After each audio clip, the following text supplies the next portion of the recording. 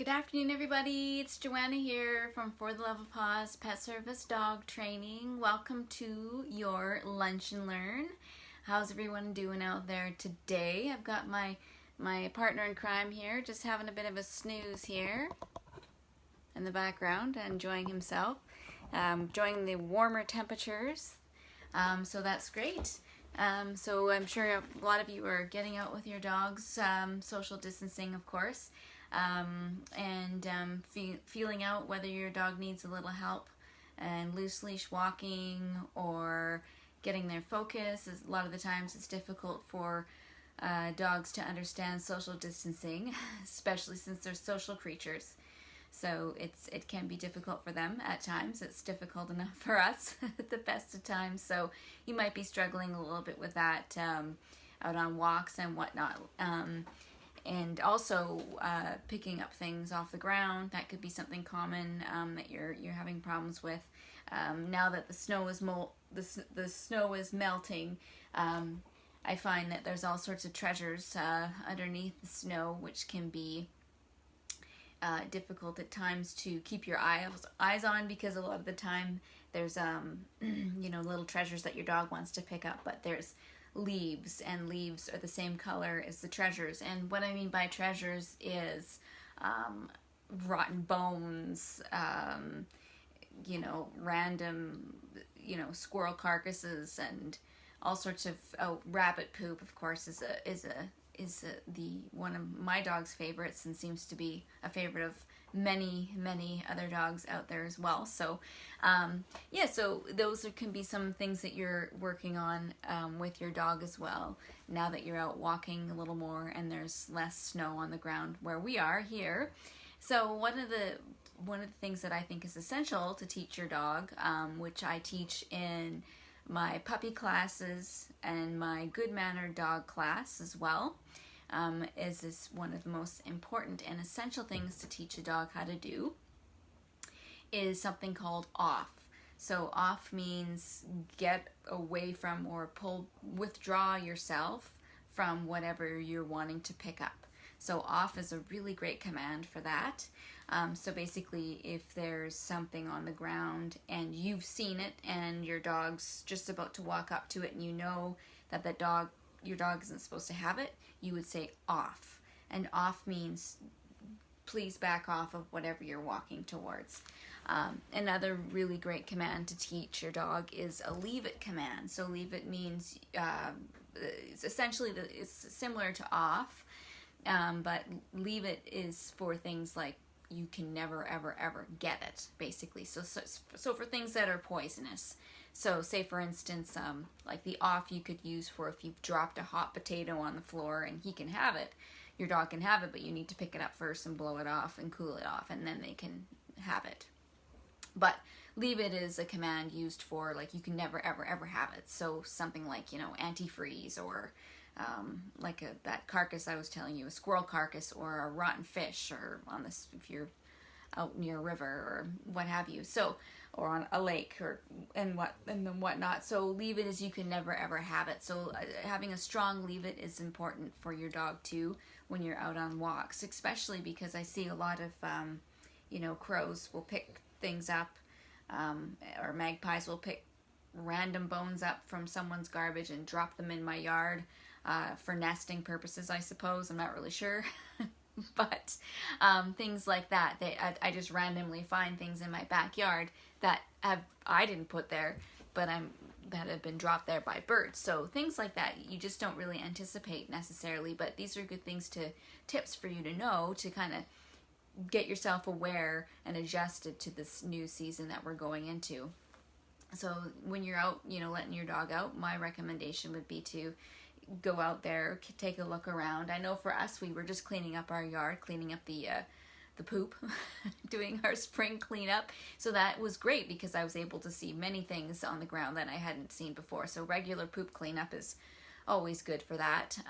So going out there, going for walks in your yard, making sure, monitoring what's going on in your yard to make sure you know what's in your yard, because a lot of the time our dogs will come in sick from, being out in the yard. You haven't even been on a walk and they're sick for some reason. They're drooling or get diarrhea or they throw up and we don't know why. Well, sometimes it's because of random objects a bird has dropped into our yard. So always good to do daily checks walking around the yard for foreign objects and whatnot, whatever birds might have dropped into your yard. So that's number one. So yeah, you should always keep a close eye on that. And also on walks, practicing your offs and practicing your leave-its, even when there's nothing on the ground, right? So it just keeps our dog always, their training muscles hard, so to speak, because and for the time when there's actually something there, we want our dogs to be able to respond to a leave it or an off for when there's something actually on the ground. So practicing that is really good on a daily basis for our dogs, like I said, because it's just like us. We want to, our dogs' brains, we want to keep them exercised, and it's like a muscle, right? It's like training ourselves for jogging. Say you might be trying to get back into jogging, get yourself in shape. You have to start out with a 2-minute jog, and then all right, not even 2 minutes. I'm not sure exactly how, but you basically start with a 1 minute of jogging, a 30-second break of walking. Hi, Rachel. And then nice to see you.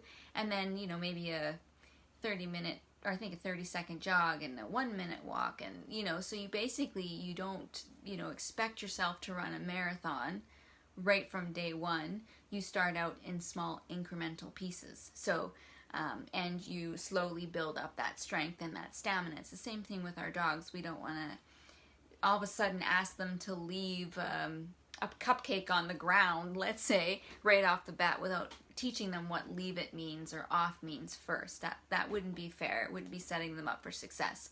So those are two really wonderful commands, and I teach those in the puppy class and in the Good Mannered Dog class because it's an essential command. It'll keep our dogs safe, and also it'll save us in the long run. Hi, Nancy, nice to see you. Because that can save us from costly vet bills if our dog happens to swallow something, right? Teaching them how to leave it and do off. Another fantastic command, which I also teach in all my classes, is the drop it command. So drop it is great for if a dog already has something in their mouth that they've picked up on your walk. And it teaches them to let go of what's in their mouth. So that's an essential one as well. So, because a lot of the times we can't always see what's in the grass, especially like I say with these leaves that are on the ground that look like every brown color and, off-white color. So they're every color of the rainbow. So it's hard to see rotten bones that are in there or trash that's been hiding underneath the snow. So we want to make sure that we teach our dog a drop it because we can't always see that stuff first. Sometimes we're walking along, we're looking at a nice bird in this or a tree, and then we hear, our dog, something's rolling around in our dog's mouth, and we look over and we think, oh, drop it, right? So it's an instant thing you can teach your dog. So teaching your dog a good strong drop it is fantastic. You can teach this when you're practicing playing fetch with your dog. If your dog is really good at playing fetch and bringing it back to you, you can say the word drop it just before they let go of the ball to give back to you. So it instills that in their mind that, okay, if I hear the word drop it a bunch of times before I actually let the ball go, the dog starts to learn that, okay, drop it means let go of what's in my mouth. So that's a good way to teach your dog drop it. Of course, there's many other really good ways to teach your dog how to drop it as well, which I teach in my classes online right now as well. So yeah, those are really 3 essential commands to use this time of year. Again, because we're walking our dogs more, we're starting to see things come as the snow melts. We're seeing objects underneath the snow that we haven't seen before. Sometimes I see old balls, tennis balls that have been underneath the snow out in the park that have little pieces of, hi Dana, how's it going? Little pieces of felt that have come off the ball that, our dog just goes over and wants to pick it up and ends up swallowing it by mistake, and then we see it come out the other end. So it's always good to, have all those strong drop it, the drop it command, the off command. So that's when our dog is about to go for something and we see it, and we say off or we say leave it to teach our dog to withdraw from whatever they're going towards. That's also really good for squirrels. I notice their squirrels are active like crazy right now out in the neighborhood. So that's a really good one too. Like if you see a squirrel and your dog hasn't seen it yet, and you're anticipating your dog seeing the squirrel, and he might be one of those dogs that runs to the end of their leash to go get it. Oh, hi Melina, how are you doing? Nice to see you. If you have that certain situation where you're walking with your dog and they see a squirrel, and it's a good way, just as the dog sees the squirrel, to say off or leave it, because they can learn that off and leave it, that also applies to not going towards whatever they're wanting to go chase, right? That way you can preemptively strike for when your dog is just about to go into chasing a squirrel or a cat or what have you. So those are four really good commands for right now, I believe, would be drop it, off, leave it. What was the other one? Yes, no, I think that was just the three of them. So yes, so those are all commands that I do teach in my live online dog training. So by all means, if you're interested in that, if you're cooped up at home, you're feeling bored, you kind of just want to do something fun with your dog, it's a really great way to, come online, meet other people that are, struggling with the same things that you're struggling with. And, we can kind of come together. I know sometimes we feel a little bit isolated in our homes. So if you're interested in live online dog training, it's a fantastic way to kind of get yourself doing something fun with your dog, keeping your dog active, keeping you active and social. We meet weekly, and it's virtual. It's very easy to set up with technology nowadays. We meet each other weekly, and I can see you, you can see me, you can see my dog Bear. He's sleeping right now on the floor. But basically, we're all there together, and we go over essential commands, to keep your dog as walk nice on leash, come when called, and all that great stuff, and not pick up nasty stuff on the ground as you're walking. Amongst other things, we learn stay, go to your bed, which is helpful for if you're working from home now and your dog's kind of bugging you like, hey, nudging at your elbow, let's go do something, or what are you doing here? You're never at home this often. A lot of our dogs can not know what to do when we're working from home. So a nice go to your bed so your dog knows, okay, it's time to lie down and just stay there while I do this. You lie down and stay there, and don't look out the window and bark at whatever's going by. You just stay there and be quiet because I've got to get on the phone.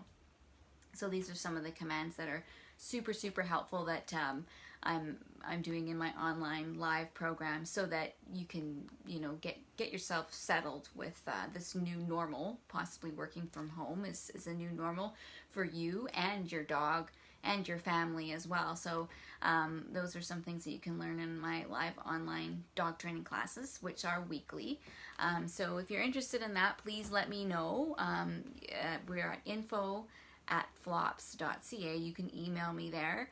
And of course, the For the Love of Paws Pet Service posters in the background here if you want to Google us there. But if you have any questions or concerns now, if you'd like to chime in, I see a few of you are there watching. So if you're struggling with anything, I'm here to help. If you need some tips, and if not, if you can't think of any right now, if you plop them in the comments if you think of anything. But if you think of something later, please feel free to throw me an email or send me a message. Hi, Judy, and I'll be happy to talk about them next week. Again, we meet every week for our Lunch and Learn here live on Facebook at 12:30 on Monday. So if you have any questions or concerns about any behavior that's coming up with your dog and you're like, what is this? I'd be happy to help you with that during this time for our Lunch and Learns. But in the meantime, hang in there, everybody, and I'm here for you if you have any training problems. If you're looking for live online dog training, I've got classes. We run three days a week. We've got our puppy class.